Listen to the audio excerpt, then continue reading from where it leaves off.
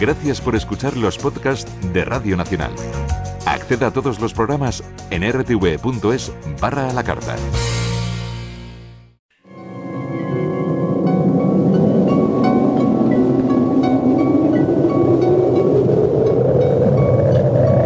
Solo cuando el túnel está en la más absoluta oscuridad es cuando puede volver otra vez la luz.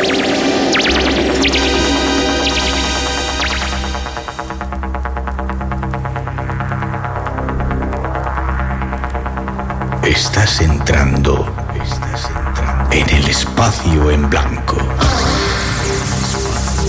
Una puerta a nuevas dimensiones de la existencia.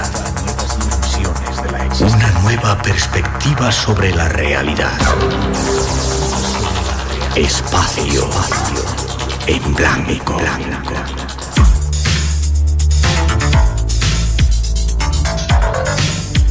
Una producción escrita y dirigida por Miguel Blanco.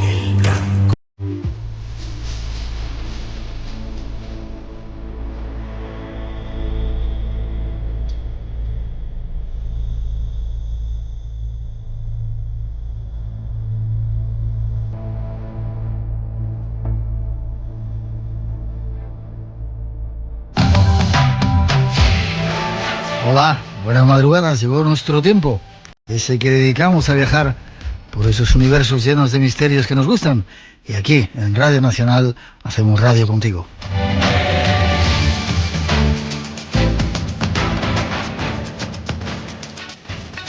Ya comenzamos en directo desde el estudio 101 de la Casa de la Radio cuando son las 2:07, 1:07 en las Islas Canarias, con los saludos de todo el equipo que esta noche se encarga de realizar el programa.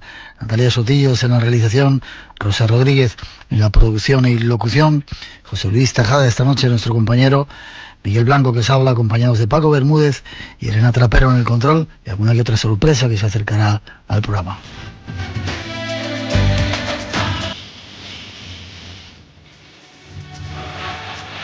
Esta noche vamos a tratar uno de nuestros temas favoritos, algo apasionante, ya veréis, y como siempre estáis invitados a participar. Abrimos nuestros canales de comunicación, hay premios también. Tenemos 10 premios, 5 discos por un lado y 5 libros por otro, y podéis conseguirlos participando con nosotros, como decimos, teléfono de llamada gratuita 900-137-137. Email espacioenblanco@rtv.es, y además nuestras redes sociales en Facebook, buscar el Espacio en Blanco, y en Twitter en Blanco Radio. Las gracias a todos por estar ahí, participad, y esta noche premios interesantes.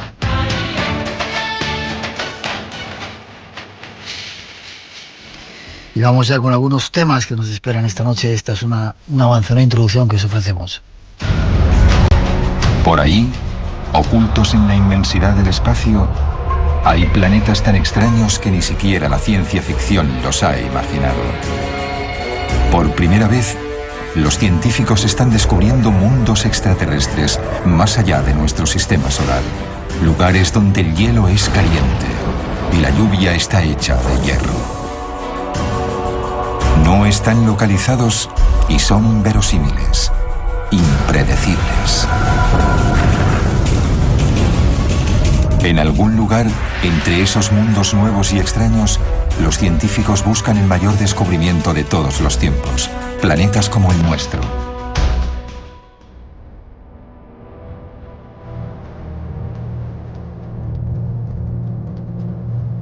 ¿Es posible que existan otros mundos habitados en nuestro planeta?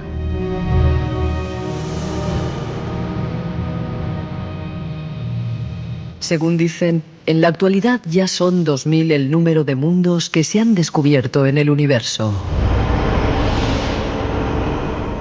Y apenas se ha explorado un 0,1% del universo conocido en nuestra cercanía, con una tecnología que solo es el 0,1% de la que existirá en el futuro. Ya nadie se atreve a afirmar categóricamente que no haya vida por doquier en la inmensidad del universo.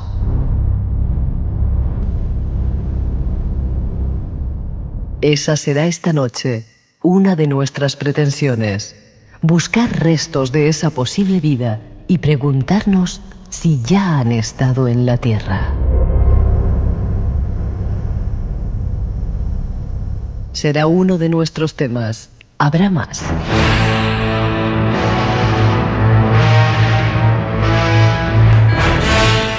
Viajaremos hasta el planeta Marte para alumbrar sus últimos descubrimientos. Y más sorpresas en el programa de hoy. Todo ello aquí, en este espacio en blanco que ya se abre ante ti y al que eres bienvenido.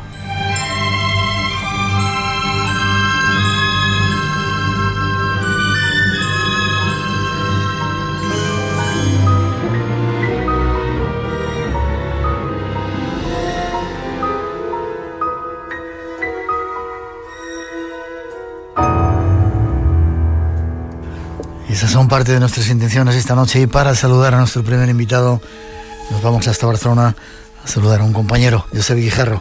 Buenas noches, Josep. Muy buenas noches, Miguel. ¿Cómo estás? Pues feliz de nuevo de poder compartir en Espacio en Blanco conocimientos, vivencias y en definitiva aprender todos juntos. Uno de nuestros temas favoritos, Josep. Qué apasionante, qué bien me le pasa esta semana preparándolo. Bueno, tú una semana, pero yo llevo años detrás de este proyecto que ahora se ha concretado, como bien sabes, en formato de libro, pero que antes de libro fue serie de televisión, y antes de serie de televisión una obsesión que persigo desde hace más de 30 años, primero en forma de objeto volante no identificado y después persiguiendo los rastros, las huellas de eso que hemos dado en llamar dioses, y que ahora sí me siento con ánimo y absolutamente convencido de que hubo un tiempo en que la humanidad estuvo siendo visitada por seres de otros planetas. Aliens Ancestrales se llama ese nuevo trabajo. Anteriormente fue Extraterrestres en el canal Historia. Y luego, bueno, eso es todo tu periplo de acá para allá, director de los 32rumbos.com, viajando en montones de lugares. Llego a México y te encuentro que habías estado un poquito de tiempo antes. Sí. Bueno, y además has estado en una zona que también es protagonista de uno de los capítulos de mi libro. Hace muy poquito estabas en Riviera Nayarit, sí. Y yo cuento mi aventura por Mexcaltitán, esa que llaman la patria chica de los mexicas, porque sí, en definitiva era el mítico Atlán, ¿no?, del que partió ese grupo, siguiendo las órdenes de un sacerdote que había tenido una visión y que finalmente, al cabo de cerca de 2 siglos, llegaría a Ciudad de México, donde encontraría, tal cual la leyenda había predicho, un águila pues encima de un nopal con una serpiente en su pico.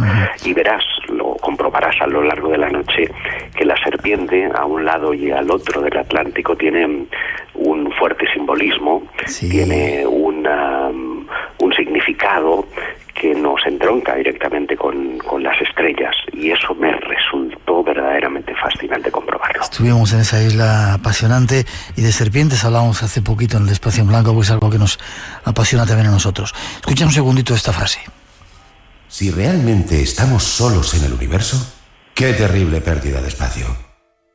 Carl Sagan, astrofísico y divulgador científico estadounidense. Estamos solos en este universo, hay cada día más pruebas de que en algún sitio tiene que haber mucha vida, ¿no? Es seguro, o al menos eso es lo que nos dice el sentido común, pero también es una paradoja, porque es lo que se conoce además como la paradoja de Fermi.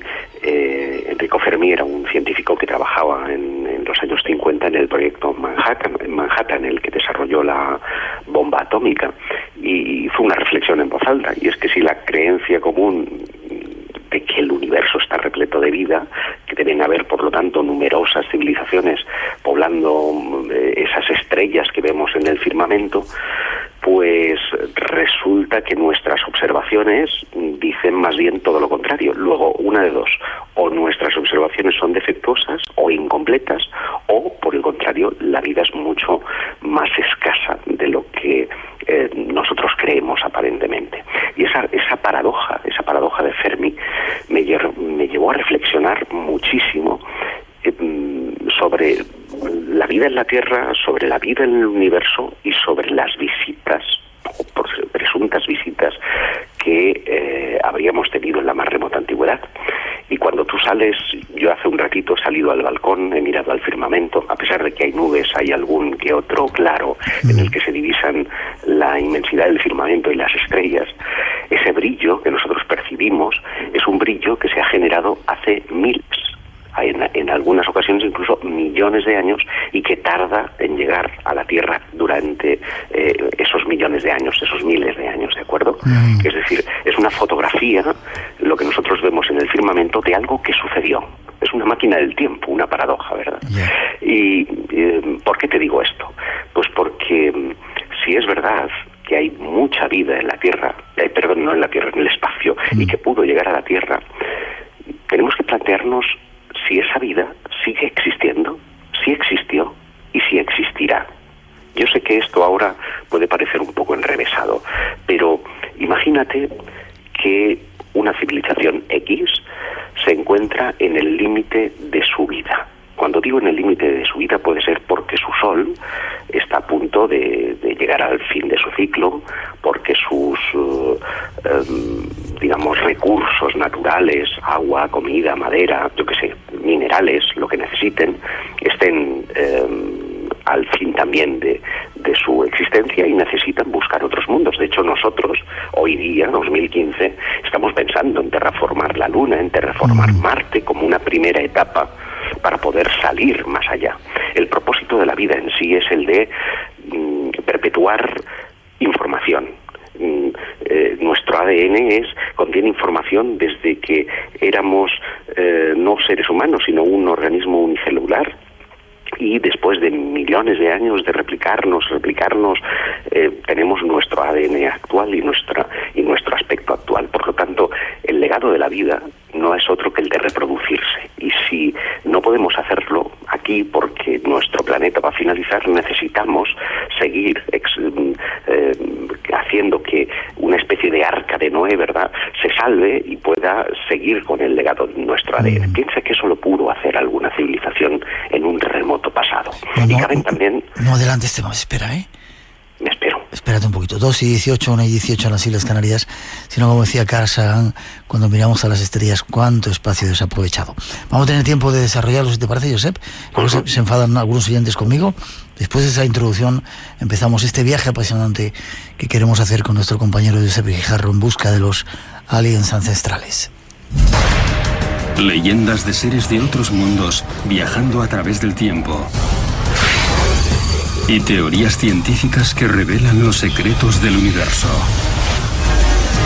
¿De veras son los alienígenas seres de otros mundos? ¿O podrían ser la prueba de los logros tecnológicos futuros de la humanidad? Habría que plantearse si quizá fueran extraterrestres viajando en el tiempo o quizá humanos procedentes de nuestro propio futuro. Millones de personas de todo el mundo creen que los extraterrestres nos visitaron en el pasado. ¿Y si fuera cierto? ¿Condicionaron nuestra historia los alienígenas en la antigüedad? Y en ese caso, ¿podrían hallarse pruebas que demostraran la existencia de los viajeros en el tiempo?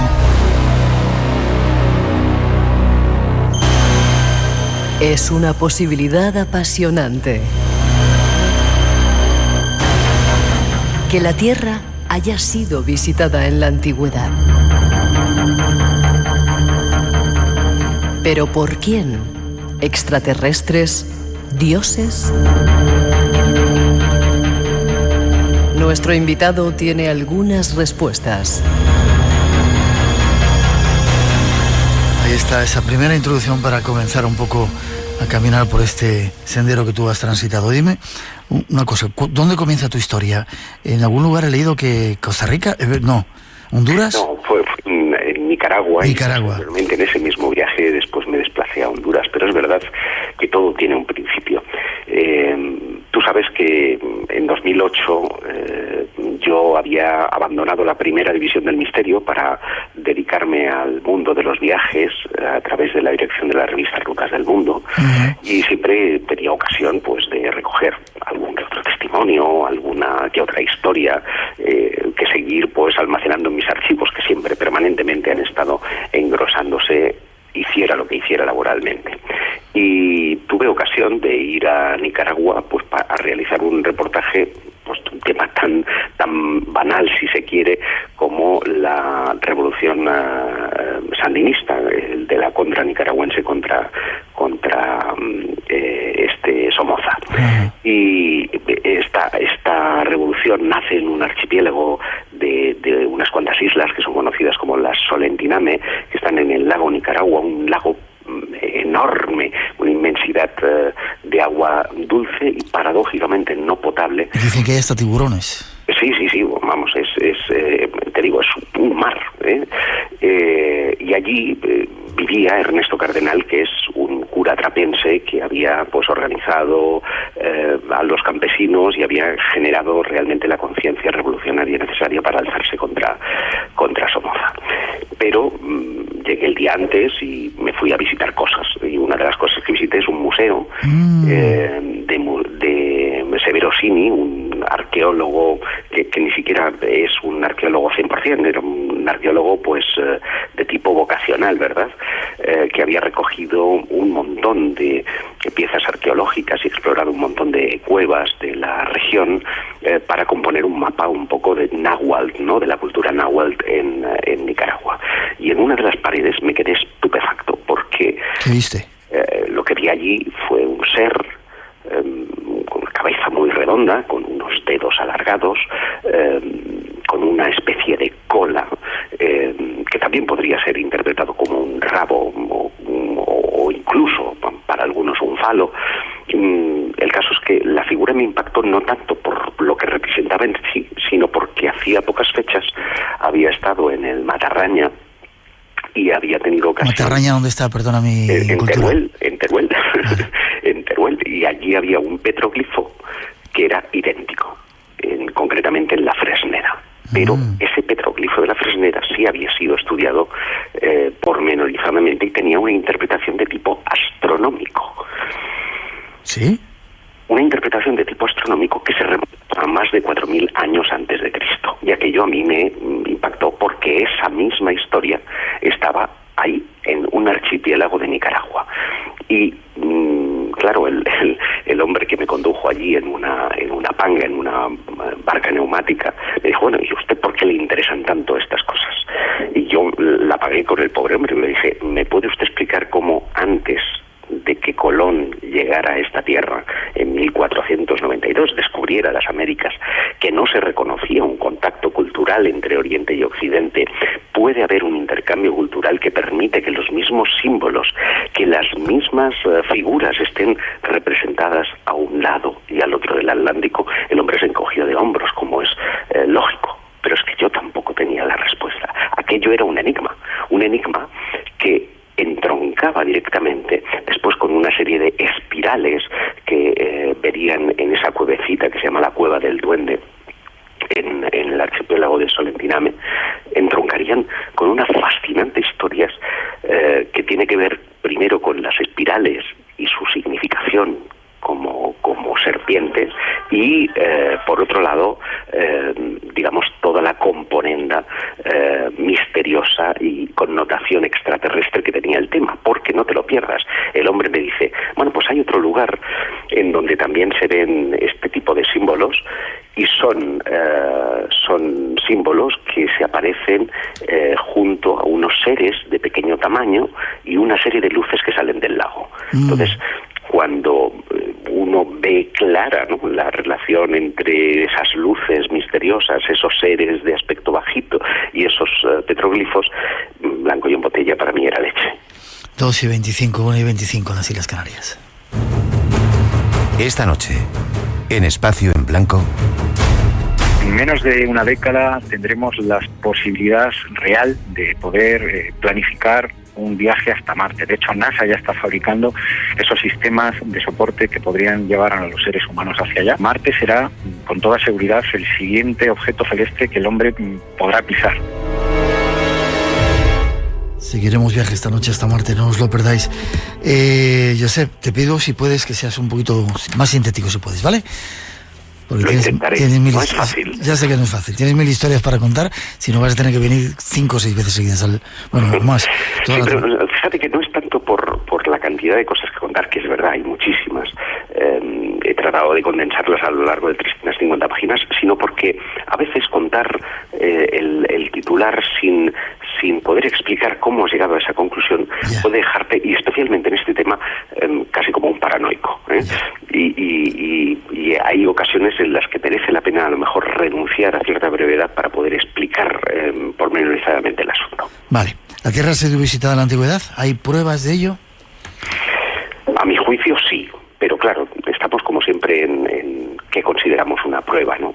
Lo que yo he intentado hacer es un ejercicio de arqueología comparada, y además he querido huir de precursores como Däniken, como Krasa, como tantísimos de los grandes, ¿verdad?, que publicaron sus libros desde los 60 hasta prácticamente los 80, con esa idea machacona de que las pistas de Nazca eran pistas de aterrizaje de ovnis, o que las pirámides eran construcciones prácticamente alienígenas. Oye, que es verdad, que las pirámides son un misterio, y lo son... Creí que decías que eran bases extraterrestres o alguna cosa así. No digo eso. Lo que sí digo es que, o me hago eco de ciertas palabras del que tenía que haber sido el sustituto de Zahi Hawass al frente del Ministerio de Antigüedades de Egipto, quien en ocasión de una reunión arqueológica que tenía lugar al norte del Cairo, un investigador polaco le pregunta si las pirámides son de origen alienígena directamente. El hombre, en lugar de palidecer o de mandarle a la porra, dice: no te lo pierdas, Miguel, dice: hay algo dentro de la pirámide que no es de este mundo. Toma ya. Y eso la lió parda, porque el único medio de comunicación que se hizo eco de esa noticia, que era una reunión de científicos a puerta cerrada, fue a través de la filtración de este polaco, el portal de noticias de Yahoo. Y claro, el hombre jamás pudo llegar a ser el sustituto de Hawass por esa circunstancia. Él, a pesar de que posteriormente desmintió en una nota diciendo que no podía haber dicho semejante tontería, la verdad es que hay suficientes elementos para pensar, no que las pirámides sean extraterrestres, pero que no fueron fabricadas por los egipcios, sino que los egipcios las reutilizaron, lo mismo que los mexicas reutilizaron las pirámides que estaban en Teotihuacán. Y tanto las unas como las otras, como muchos otros edificios que están diseminados a lo largo del orbe, parecen tener conexión con dos constelaciones claramente, o tres constelaciones claramente diferenciadas en el universo. ¿Cuáles? La una son las estrellas circumpolares, que estas pueden tener una cierta conexión, por así decirlo, con la agricultura, habida cuenta de que son aquellas que nunca desaparecen, siempre son visibles, estemos en la estación en la que estemos. Hablo de la estrella polar, hablo del Carro, ¿verdad? Las otras dos son más singulares. La una es Orión, transunto, como bien sabes, del Osiris, del capo, del digamos santuario egipcio, y la otra son las Pléyades, un grupo estelar que está colocado a 440 años luz de la Tierra, y que lo vamos a encontrar representado en Egipto, lo vamos a encontrar representado en México, lo vamos a encontrar representado incluso en Japón, que se conoce como Subaru. ¿Te suena el nombre de Subaru? Sí. Si os fijáis en el escudo de los coches, tienen 7 estrellas, que son las 7 cabrillas, o las Pléyades, como son conocidas. Y también estaban en Mesopotamia, y también estaban en Egipto, y estaban representadas prácticamente en todos los lugares del planeta. ¿Por qué las Pléyades? ¿Qué quieres decir con eso? Pues que probablemente ese es el lugar al que debamos de fijar nuestra atención, y de hecho ya lo ha hecho la NASA, porque cuando tú ponías esa frase hace unos instantes de Carl Sagan de cuánto espacio desaprovechado, él, sabes, es el autor de un libro que se llama Contact, sí, en el que tenía que plantear un lugar efectivo, ¿verdad?, que pudiera existir una civilización extraterrestre, y imaginó Vega. Vega está al lado de Tauro, y al lado de Tauro están también las Pléyades. Cuando mandaron la sonda, primero la Pioneer 10, para mandar un mensaje, una especie de de botella lanzada al espacio con un mensaje en su interior, la mandaron hacia ese grupo estelar. Su respuesta no llegará hasta dentro de unos cuantos miles de años, pero en cualquier caso parece que todo apunta a que esos dioses pudieron venir de ahí.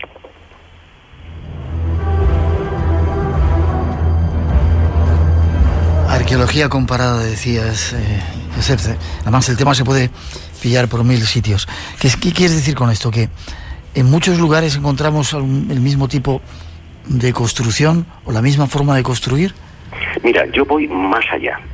Y lo que voy a decir ahora es, por una parte está representado en el libro, pero he estado tirando más del hilo y voy a aportar algunos datos nuevos y fascinantes. Göbekli Tepe. Göbekli Tepe es una serie de yacimientos arqueológicos que están situados Turquía, ¿no? En Turquía, en efecto. Parece que nos engañaron, la cuna de la civilización se nos ha dicho que era Sumeria, pero ya antes, hace 11.500 años, alguien se paró en esta zona de Turquía, empezó a construir templos, empezó a cultivar la tierra y a domesticar los animales. Son 3 elementos muy difíciles de explicar desde una perspectiva científica. No sabemos por qué tribus de diferentes lugares deciden colocarse allí, establecerse allí y crear la primera civilización. Tienen escritura, tienen rueda, que hasta ahora se creía que la rueda tenía 3.500 años de antigüedad. Bueno, pues ya hay que retrotraer todo esto ahí. Pues bien, en esos templos, que son circulares con una serie de Ts enormes, líticas, en el centro, hay una serie de grabados. Parece que las Ts están representando cuerpos de perfil que no tienen cabeza. Es muy curioso esto, que no tienen cabeza, pero algunas de las Ts tienen una especie de cenefa que recuerda un bolso. Ese mismo bolso lo vas a ver representado posteriormente en Sumeria como una especie de odre que contiene las semillas que hará que el dios principal de Sumeria, Enki, enseñe la agricultura a los hombres. La vamos a encontrar en Acadia, la vamos a encontrar en Babilonia, la vamos a encontrar en Mesopotamia, la vamos a encontrar en Egipto, la vamos a encontrar en México. Es decir, ese mismo bolsito está representado en todos esos lugares. ¿Cómo era posible que en un mismo tiempo aparecieran la misma singularidad en todos estos lugares, si es que no vino nadie a instruir a todas estas gentes y dejarles el elemento a nivel simbólico para que lo perpetuaran a lo largo de los siglos? Esto para mí me parece realmente fascinante. Ya sé, Guijarro, esta noche hablándonos de aliens. Déjame que escuchemos una cosa y pasamos a la segunda parte para seguir dando más datos de esos aliens ancestrales. Escucha. Estas son imágenes de excavaciones arqueológicas de distintos lugares. Esa es egipcia, maya, sumeria, babilónica, la de más allá es hawaiana y la otra mesopotámica. Esta de aquí es nuestro hallazgo más reciente. Es una pintura rupestre de hace 35.000 años de la isla de Skye, en Escocia. Se trata de civilizaciones antiguas, surgidas en épocas diferentes, así que no hubo ningún contacto entre ellas y aún así. En todos y cada uno de estos restos aparece el mismo pictograma. Unos hombres adorando a unos seres gigantescos que señalan al firmamento. Y el único sistema galáctico que coincide está tan lejos de la Tierra que era imposible que esas antiguas civilizaciones primitivas supieran de su existencia.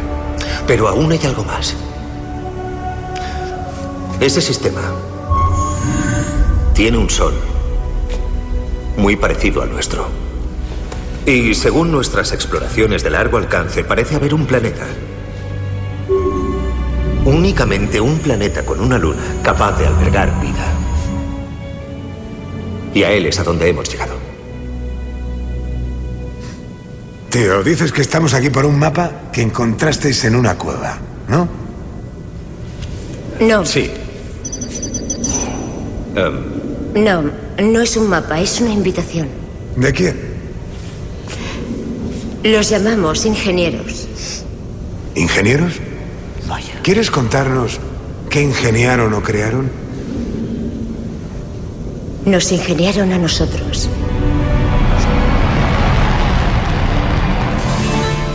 Aprovechar de todo, como la gastronomía, como el vino, como la manera de recibir a gente. El arte de vivir en el sur de Francia. Nómadas, con Álvaro Soto. El arte de la ciudad de Narbonne. Todas las épocas se superponen, el románico, el gótico, el renacimiento, lo podemos ver en las ventanas. Y al final de la tierra, el Mediterráneo. Las ostras, los mariscos, porque Narbona es una ciudad cerca del mar. Nómadas, los domingos a las 7 de la mañana en Radio Nacional de España.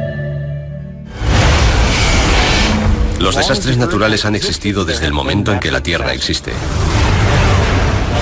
Pero ¿es posible que esas catástrofes naturales puedan borrar cualquier vestigio de nuestra existencia, incluyendo el arte, la arquitectura y la tecnología?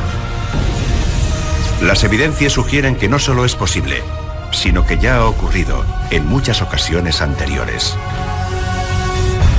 Es muy posible que hubiera otras antiguas civilizaciones que fueran destruidas por una gran catástrofe natural y no quedara ni rastro de ellas. Lo que hasta ahora habíamos concebido como una gradual evolución desde los primitivos cazadores-recolectores hasta las sociedades complejas parece que no fue un hecho tan sosegado. Recientemente los científicos han descubierto restos de antiguas y un día florecientes culturas, miles de años más antiguas que lo que se creía posible.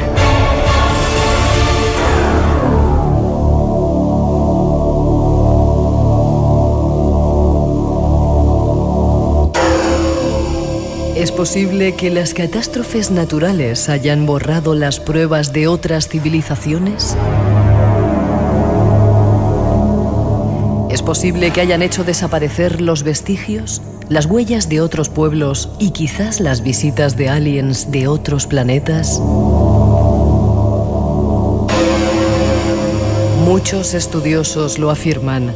Dicen que existen miles de pruebas esparcidas por todo el planeta. Conozcamos algunas de ellas. ¿Es posible, Josep, que esto haya ocurrido, que esos desastres que ha vivido la Tierra hayan borrado las huellas de esos aliens ancestrales? Es más que probable. Déjame de todas formas decirte o felicitarte por el corte que has sacado, que creo es de la película Stargate, si la memoria no me falla, pero me has logrado poner los pelos de punta porque venía a colación perfecto de lo que estábamos hablando. Y ahora sí ya... Pero la película es Prometheus. Prometheus, pues fantástico. Verdaderamente adecuado. No he sido yo, ha sido Natalia Sotillo lo que lo ha puesto. Pues lo que hablábamos, ciertamente, también a un lado y al otro del Atlántico, recogemos el testimonio de leyendas, de mitos, que hacen alusión a una catástrofe que habría borrado de la faz de la Tierra a esa primera expedición, por así decirlo, a esos primeros dioses que incursionaron. Pero no fueron los únicos. ¿Vinieron más veces? Al menos eso es lo que debiéramos de interpretar, por ejemplo, de un misterioso pergamino, papiro para ser exactos, que se conserva en Turín, que se conoce como el Canon de Turín, y que es una lista de reyes pormenorizada, de reyes egipcios, de faraones, desde Menes hasta el más joven de todos, 130 faraones, ¿de acuerdo? Y encajan milimétricamente con lo que la historiografía admite. Pero tiene un pequeño problema, y es que por delante, antes que Menes, establece una serie de linajes que se remontan hasta 11.500 años y que hablan de unos seres, mitad hombres, mitad otra cosa, que son conocidos efectivamente, Miguel, como los Semsuhor, los compañeros de Horus. Y es muy curioso porque ellos hablan que hubo una edad dorada, pero una gran inundación borró de la faz de la Tierra a todos estos Nepheru, que eran los primigenios, primigenios, y luego vinieron los Emsuhor y volvieron a poblar la Tierra durante cerca de 11.000 años. Es decir, y si tú acudes a las fuentes babilonias, por ejemplo, encuentras el mito de Gilgamesh. Mito de Gilgamesh, que voy a introducir una novedad. Sabes que el Gilgamesh es el equivalente a nuestro Noé. Hombre que tiene que conservar el legado genético de la Tierra, colocando en un arca que, por cierto, era circular, era tipo platillo volante, según las últimas investigaciones, y salvar a la Tierra.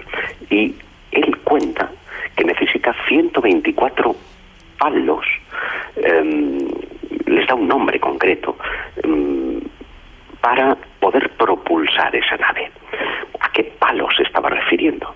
Es muy curioso porque cuando tú examinas las tablillas sumerias, las tablillas babilónicas, vas a encontrar una serie de representaciones de Enki en una especie de como de cabina, ¿verdad?, situada en el mar primordial. El Nun de los egipcios también está en la cultura maya, en la cultura azteca, en la cultura inca, y la vamos a encontrar también en la cultura babilónica. Está ahí flotando, ¿verdad?, con unos guardianes que tienen cuerpo de serpiente alada, atención, Quetzalcóatl, exactamente igual, y sosteniendo una especie de vara con una especie de asa en la parte superior, como si fuera una taza, ¿de acuerdo? Bien, pues uno de estos objetos fue encontrado. ¿Sí? Lo tenemos. ¿Dónde? Lamentablemente en ninguna parte. Y ahora dirás, este hombre enloquecido. No, tenemos la foto, porque hemos sabido que las primeras expediciones que se llevaron a cabo en Irak, en la antigua Sumeria, en 1820, fueron llevadas a cabo por el cónsul de Basora, y este cónsul de Basora llenó prácticamente el Museo del Louvre y el Museo británico de tablillas en las que estaban estas representaciones que te estoy diciendo, estatuillas de lo más variado, cerámica, etcétera, etcétera, etcétera. Y en su informe, yo lo tengo, lo he conseguido, hay una fotografía de un objeto que está medido, son 3 metros 11 centímetros de largo, por lo tanto estamos hablando de una vara gigantesca con un asa, ¿de acuerdo? Está hecha de cobre, porque se supone que en su interior esto era el revestimiento de madera. La madera se pudrió y eso dejó en evidencia una, ¿cómo te diría? Como un pincho que atraviesa toda la vara por dentro, también de cobre. Nadie sabe para qué servía, pero todo hace pensar que era este misterioso objeto que utilizaba Gilgamesh para propulsar su arca. En consecuencia, estaríamos ante un hallazgo de tipo tecnológico, ¿por qué no decirlo así?, que refrendaría la idea de que si estos seres eran, como hacen suponer todos los textos, todos los mitos, muy de carne y hueso, muy, entre comillas, humanos, por muy alienígenas que fueran, debían de utilizar tecnología, debían utilizar, por lo tanto, un conocimiento mucho más avanzado. 12:44, 1:44 en las Islas Canarias. Hay un teléfono de contacto y muchas preguntas para ti, Josep, también. 900-137-137. Espacio en Blanco, en Radio Nacional, con Miguel Blanco. Y esta noche con Josep Guijarro buscando restos de los aliens. Serpientes. Ha habido una destrucción antes de este mundo en el que vivimos y han quedado y siguen quedando muchos restos de serpientes en todas las culturas. Hablábamos con Ana María Vázquez hace 2 semanas de ese tema. ¿Por qué las serpientes? Terminábamos diciendo, ¿no será un recuerdo de esos reptilianos o de esa gente que, entre comillas, o supuestamente vino del espacio?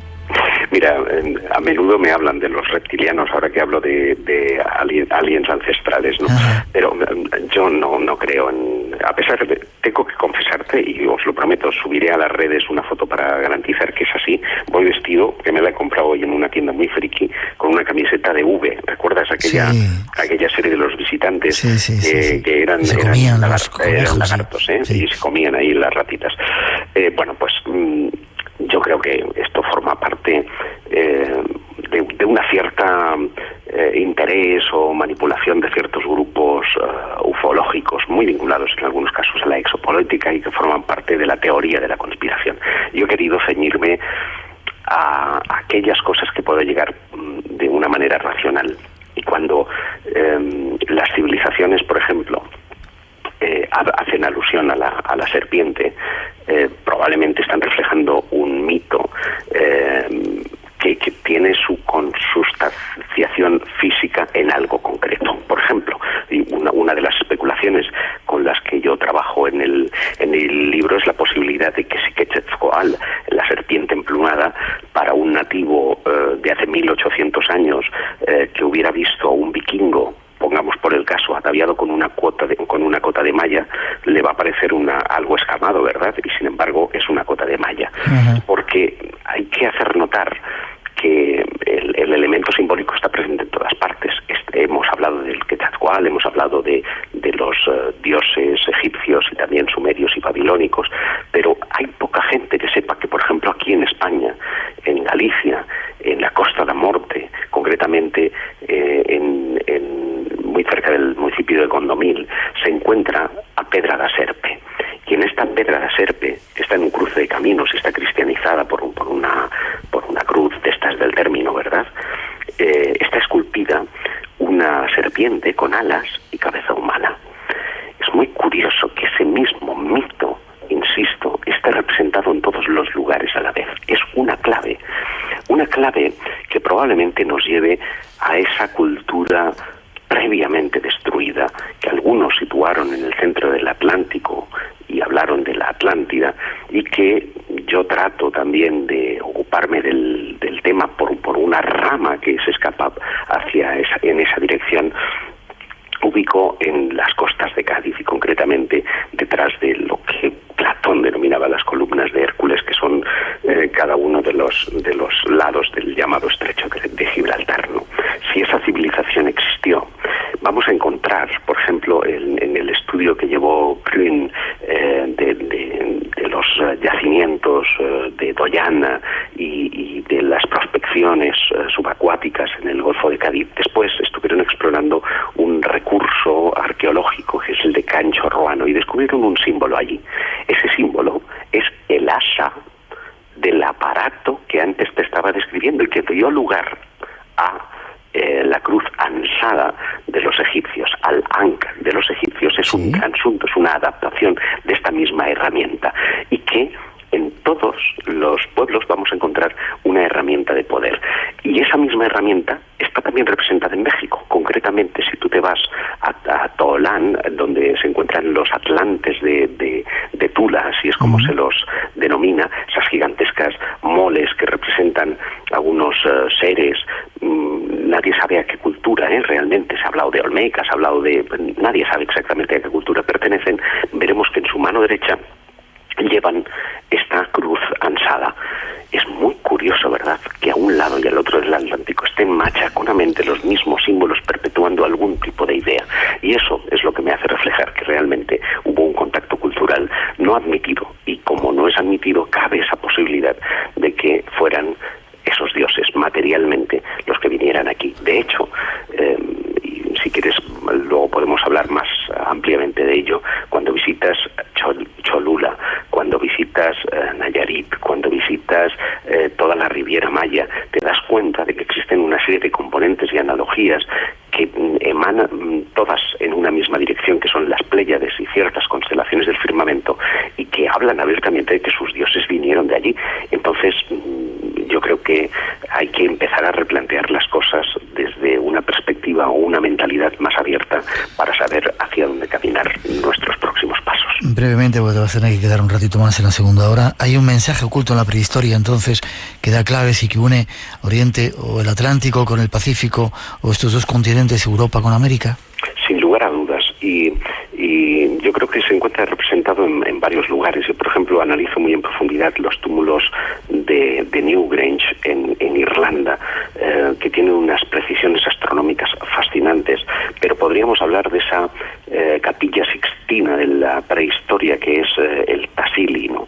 En el desierto del Tassili, concretamente, hay una zona, porque la zona es verdaderamente verdaderamente enorme. Una parcela es conocida como Yabarev, que significa gigantes, y estos seres parece que tenían una estatura y una corpulencia gigantesca, en la que vamos a ver representadas escenas de caza convencionales al lado de otras en las que aparecen unos seres que se les conoce como cabezas redondas, en algunos casos también cabezas negras, que tienen 4 dedos, y mientras que los seres humanos que están ahí cazando se les ve con 5. ¿Qué pasa? Que es que los pintores no querían diferenciar los unos de los otros, se equivocaban, se descontaban.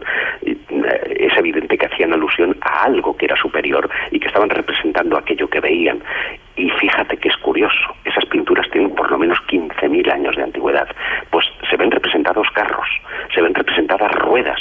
Si hemos dicho que la historia admite que la rueda es un invento de hace 3.500 años, ¿qué demonios hacían esos carros ahí? Carros que además están tripulados por personas que llevan un faldelín y un cubrecabezas con el tocado egipcio, con el ureu egipcio. Por lo tanto, ¿quiénes eran esos seres que, porque en algunos se ven incluso representadas posiblemente lo que podríamos decir son las pirámides, construyeron las pirámides hace 15.000 años?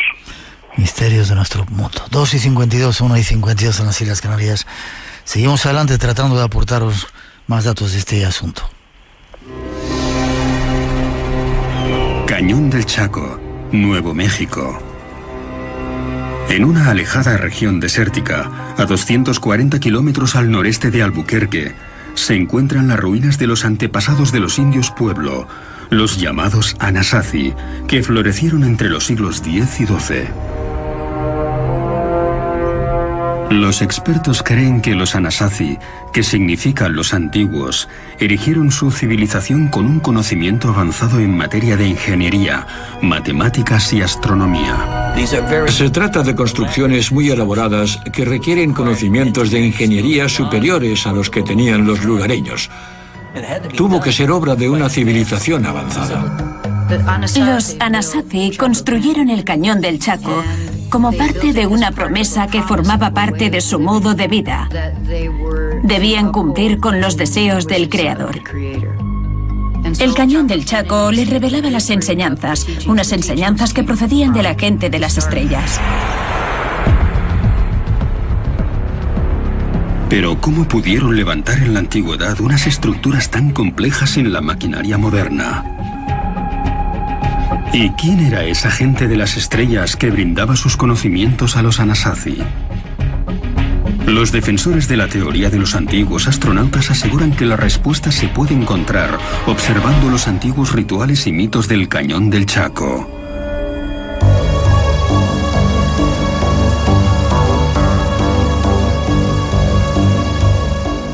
Es tan solo un ejemplo. Hay muchos más en nuestro planeta. ¿Quiénes eran esas gentes de las estrellas que ayudaron a los pueblos antiguos? ¿Aliens llegados de otros mundos a nuestro planeta? Veamos algunos ejemplos más. Tenemos 3 minutitos, Josep, para entrar a la primera pausa. ¿Te quedas un ratito más, te parece? Sí, claro, encantado. 2 ejemplos. Hay muchos pueblos antiguos como los indios Pueblo, para la redundancia, y algunos otros que aceptan o que directamente hablan de que los dioses venían del cielo. ¿Algún otro ejemplo en otra parte del mundo? Hablábamos de esas tribus norteamericanas. Los hay en todas partes, porque los propios mayas hablaban que que ellos procedían de las Pléyades. Encontramos también en Mali la curiosa historia de los dogones, que parecen remitirnos a Sirio. Los ejemplos son múltiples, pero ya que citabas a los Anasazi, es muy curioso. Yo hablaba de que en la antigüedad representaban aquello que veían, y una prueba clara es que en ese yacimiento que mencionabais hay el estallido de lo que se ha dicho una supernova, y una representación pictórica en una de las paredes que representa eso. Bien, en esa misma época, en Iberia, concretamente en Galicia, también se veía ese mismo fenómeno en los cielos, y lo representaron idéntico, exactamente igual. Luego, quienes postulan que las espirales que los ajedrezados, que estas rayitas que vemos y que no conocemos su significado, son lo que los psicólogos llaman alucinaciones de Turing, en base a que la ingesta de sustancias alucinógenas produciría una actividad cerebral que nos remitiría a un sustrato consciente que compartiría toda la humanidad. Eso es lo que postulan, ¿eh? Yo lo que digo es que están representando aquello que veían y que, por lo tanto, cuando estamos viendo seres al lado de seres humanos que tienen unas características morfológicas distintas, es porque han querido que así fuera, han querido representarlo tal cual lo veían. Y eso nos lleva a la conclusión de que hubo un tiempo en que seres humanos y otros seres estuvieron conviviendo en el mismo espacio y probablemente durante mucho tiempo. Ya. No sé si serás capaz en 30 segundos. Preguntan qué opinas de los Vimanas. 30 segundos. Los Vimanas, bueno, tanto el Mahabharata como el Ramayana hacen una distinción acerca de los Vimanas. Unos como objetos verdaderamente reales y otros como algo metafórico. Y se distingue claramente cuáles son los unos y cuáles son los otros. Pero si es verdad eso, hubieron máquinas tecnológicamente avanzadas en la remota antigüedad. ¿Incluso guerras estelares? Incluso guerras estelares. Y esto ha sido objeto de una polémica en un congreso científico donde los escépticos quisieron machacar a quienes estaban exponiendo esto, tal cual lo estamos contando nosotros en un congreso científico. Ya. 30 segundos también. ¿Cuál es para ti la teoría con más peso? ¿La antigüedad hayamos sido visitados por extraterrestres o por hombres del futuro, como decíamos ahí? Viajeros del espacio, viajeros del tiempo. Yo creo que hemos sido visitados por una raza alienígena. Y es más, mi conclusión es que nosotros somos extraterrestres. Nos crearon ellos, como decíamos en esa... Sí, eso dice Josep Guijarro, nuestro invitado.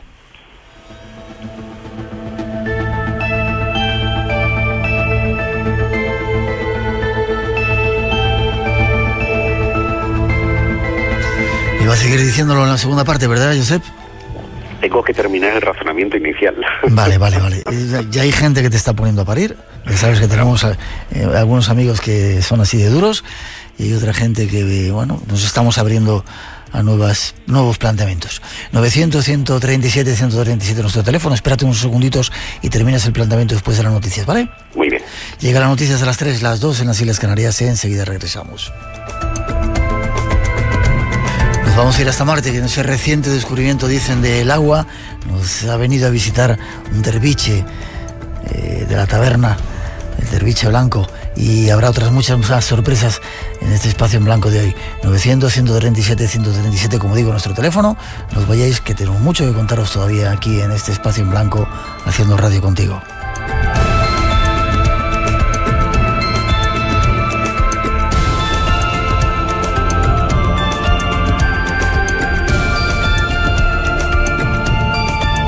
Guía tus pasos hacia lo desconocido.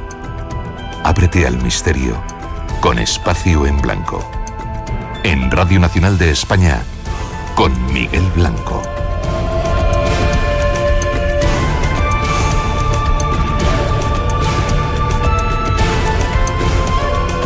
En Espacio en Blanco esperamos